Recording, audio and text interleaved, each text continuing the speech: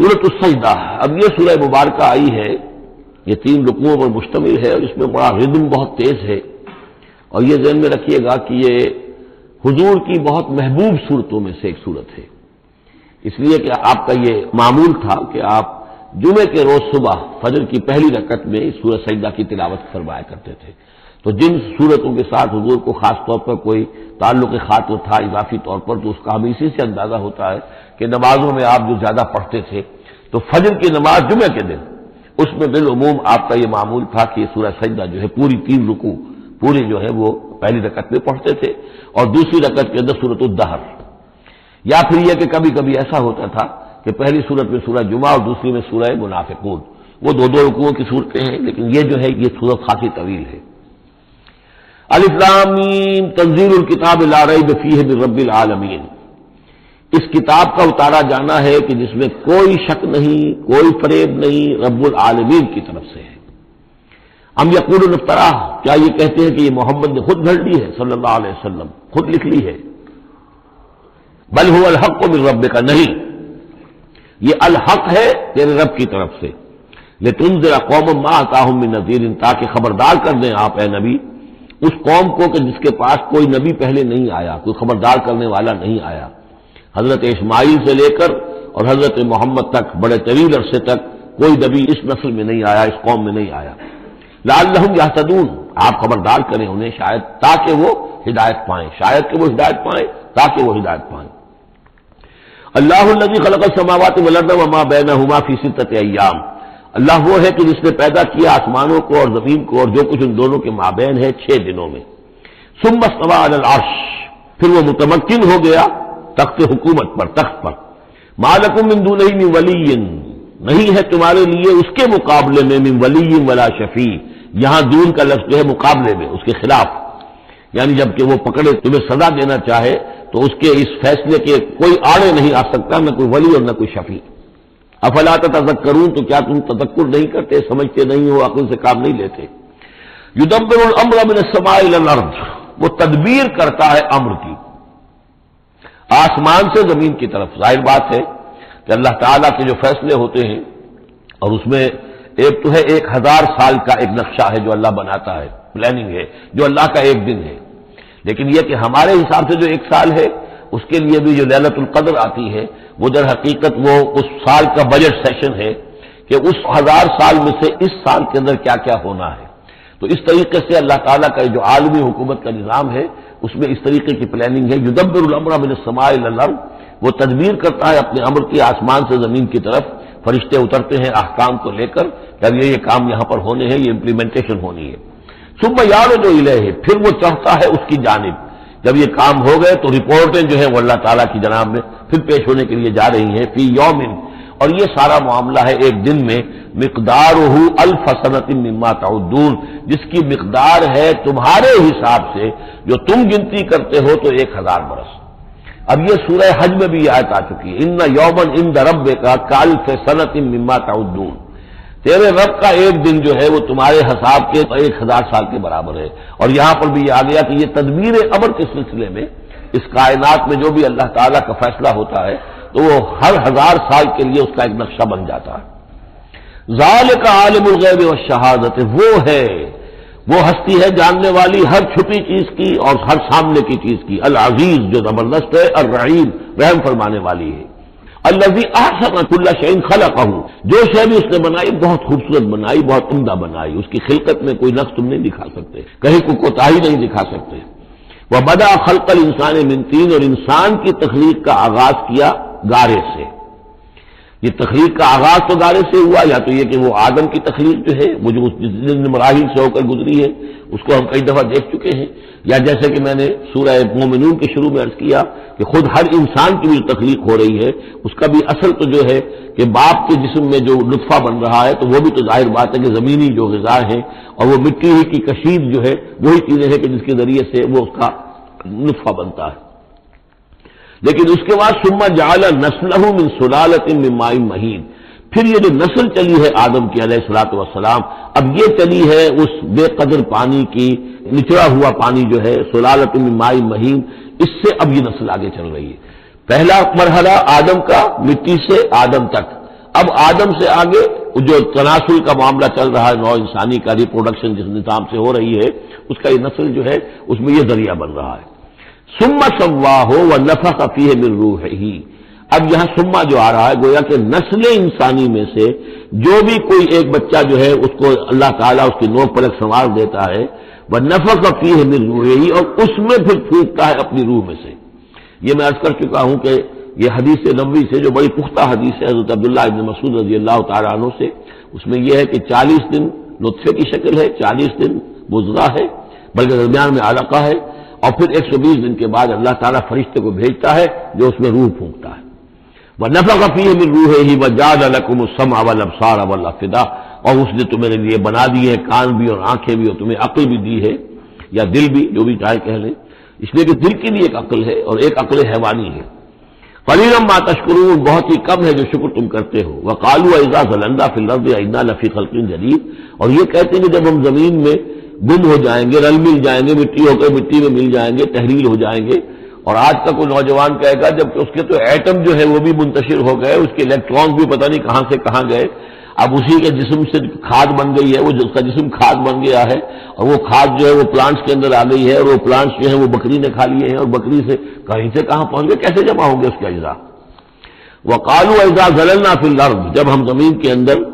گم ہو جائیں گے، کھوئے جائیں گے، أَإِنَّا لَفِي خَلْقٍ جَدِيدٍ، کیا پھر ہمیں ایک نئی تخلیق جو ہے عطا ہو جائے گی۔ بل ہم بلقاء ربہم کافرون، حقیقت میں یہ اپنے رب کی ملاقات کا انکار کر رہے ہیں، کیونکہ انہیں معلوم ہے کہ ان کے کرتوت کیا ہیں۔ ظاہر بات ہے جس کے دل کے اندر اللہ کے لیے خلوص اور محبت ہے، اور دل را بدل رہیس، تو اسے یہ بھی یقین ہوگا میرا پروردگار بھی مجھ پر شفقت فرمائے گا، رحم فرمائے گا۔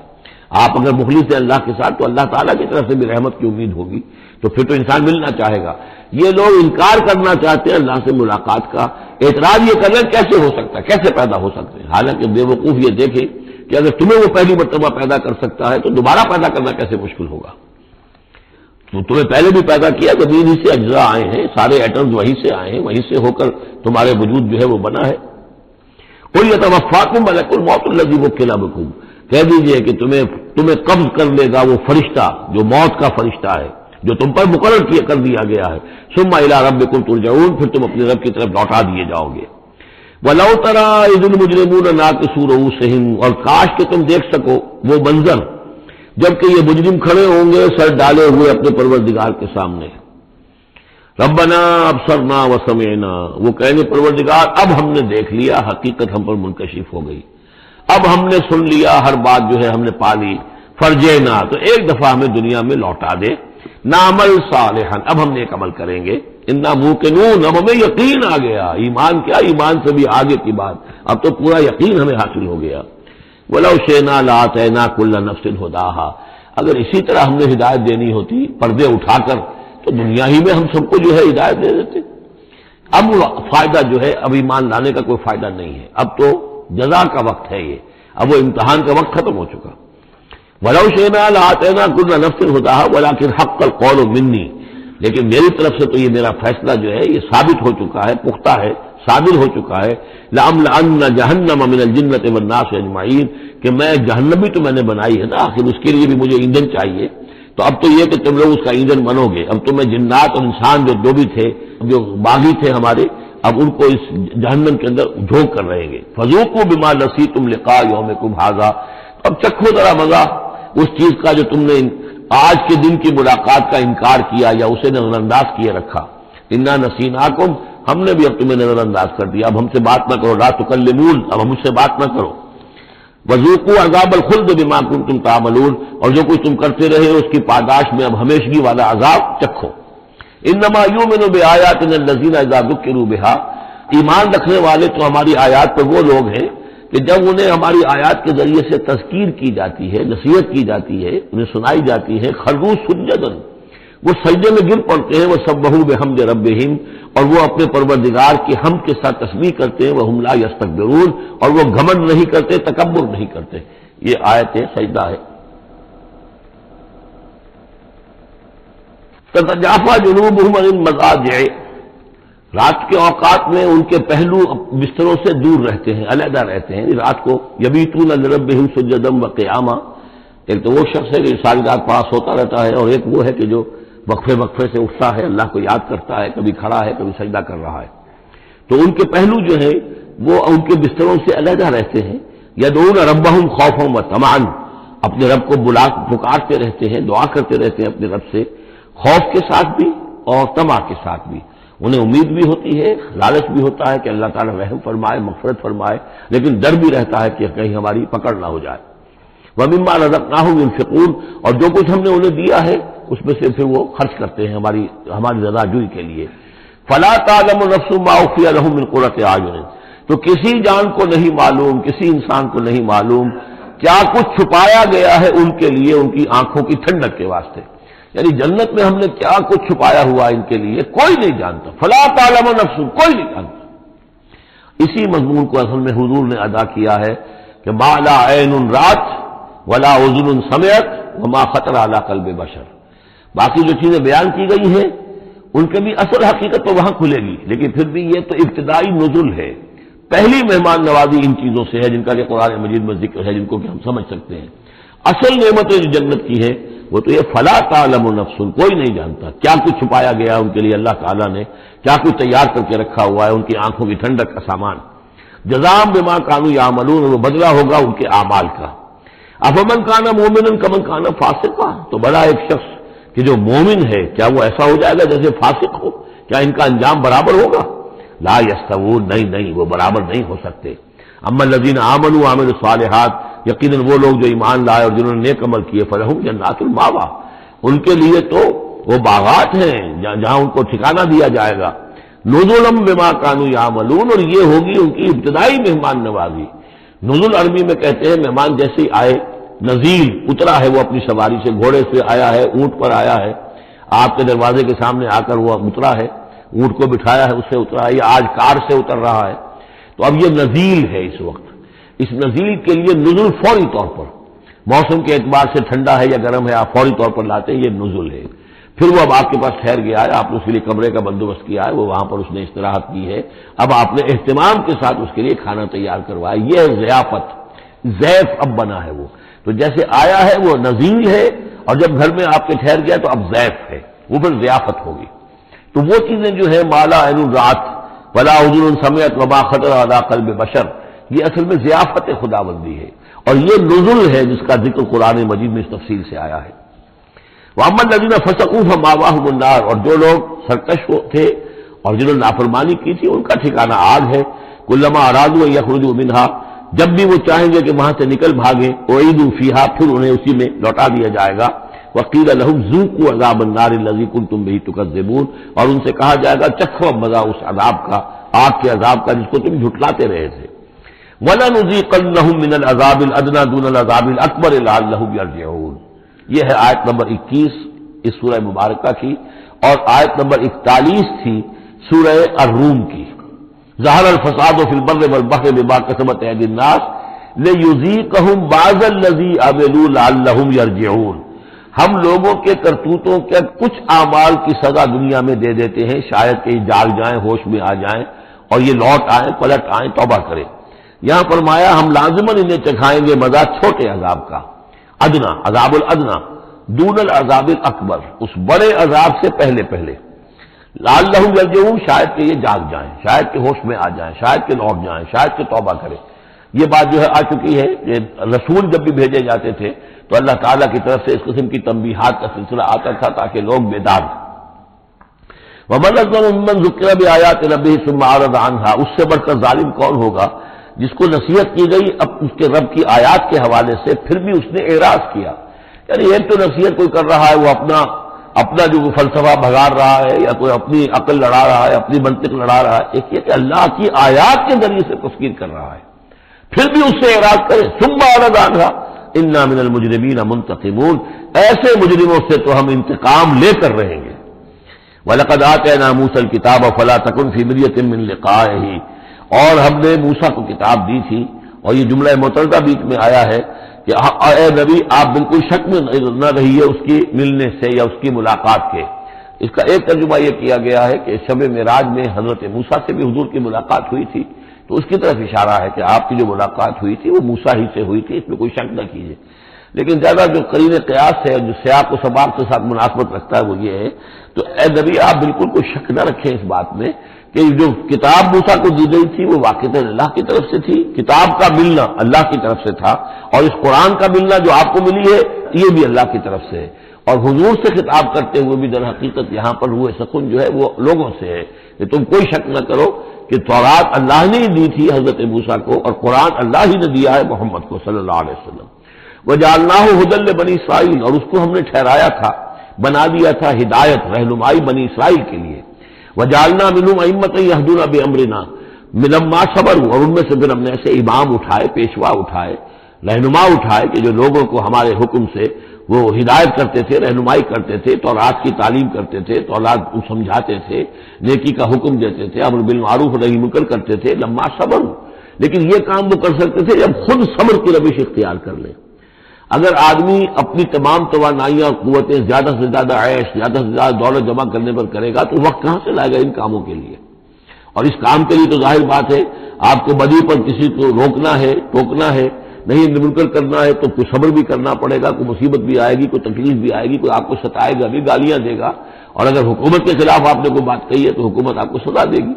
لہذا صبر کے بغیر یہ کام نہیں ہوتے۔ وجعلنا منہم ائمۃ یہدون بامرنا،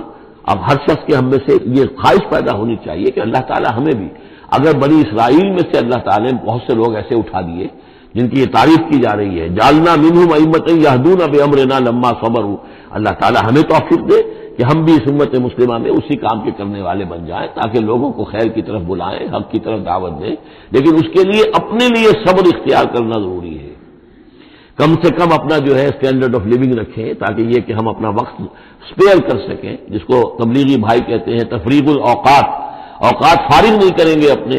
سارا وقت تو لگا ہوا ہے آپ پیسہ کمانے میں، اس لیے کہ اس کے ایک خاص قسم کا معیار زندگی بنا لیا ہے، اور اس کو مینٹین کرنے کے لیے اب جتنا کچھ آپ کو چاہیے اب دن رات ایک کریں گے تو آپ اپنے اس معیار زندگی کو مینٹین کر سکتے ہیں، گویا کہ اب ہم اس معیار زندگی کو پوج رہے ہیں، ہمارے پاس اب وقت ہی نہیں ہے، صلاحیت کہاں لگائیں، کس وقت میں لگائیں، کیا کام کریں،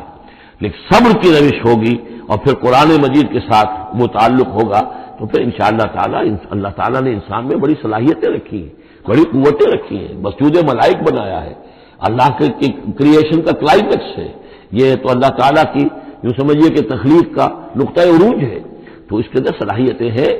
آدمی ارادہ کر لے، ہمت کرے، فیصلہ کر لے تو پھر یہ کہ اللہ تعالیٰ جو ہے اس کے لیے راستے کھول دیتا ہے۔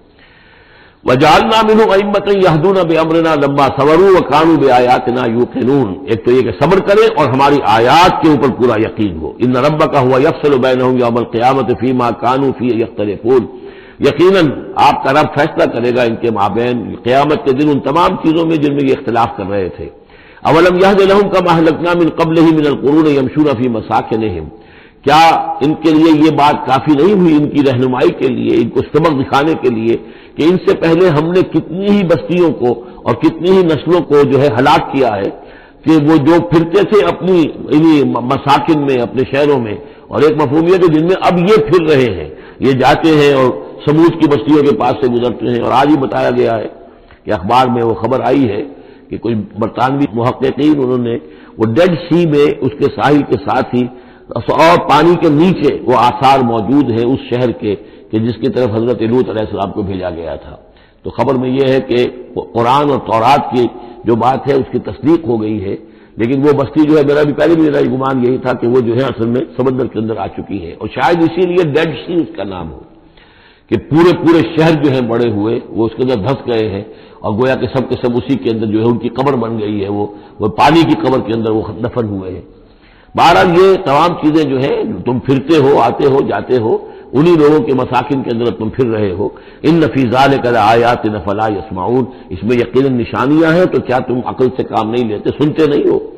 اولم یروا انا نسوق الماء الی الارض الجرز، کیا انہوں نے دیکھا نہیں کہ ہم پانی کو ہانک کر لے جاتے ہیں ایک ایسی زمین کی طرف جو چٹیل پڑی ہے، بے آب و گیا ہے،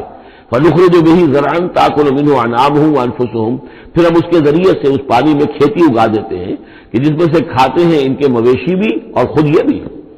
افلا یبصرون، تو کیا یہ دیکھتے نہیں ہیں؟ وَيَقُولُونَ مَتَىٰ هَٰذَا الْفَتْحُ إِن كُنتُمْ صَادِقِينَ، اور وہ یہ کہتے ہیں کب ہوگا یہ فیصلہ، اگر تم سچے ہو تو بتاؤ اے مسلمانوں، یہ قیامت یا عذاب یہ کب آئے گا؟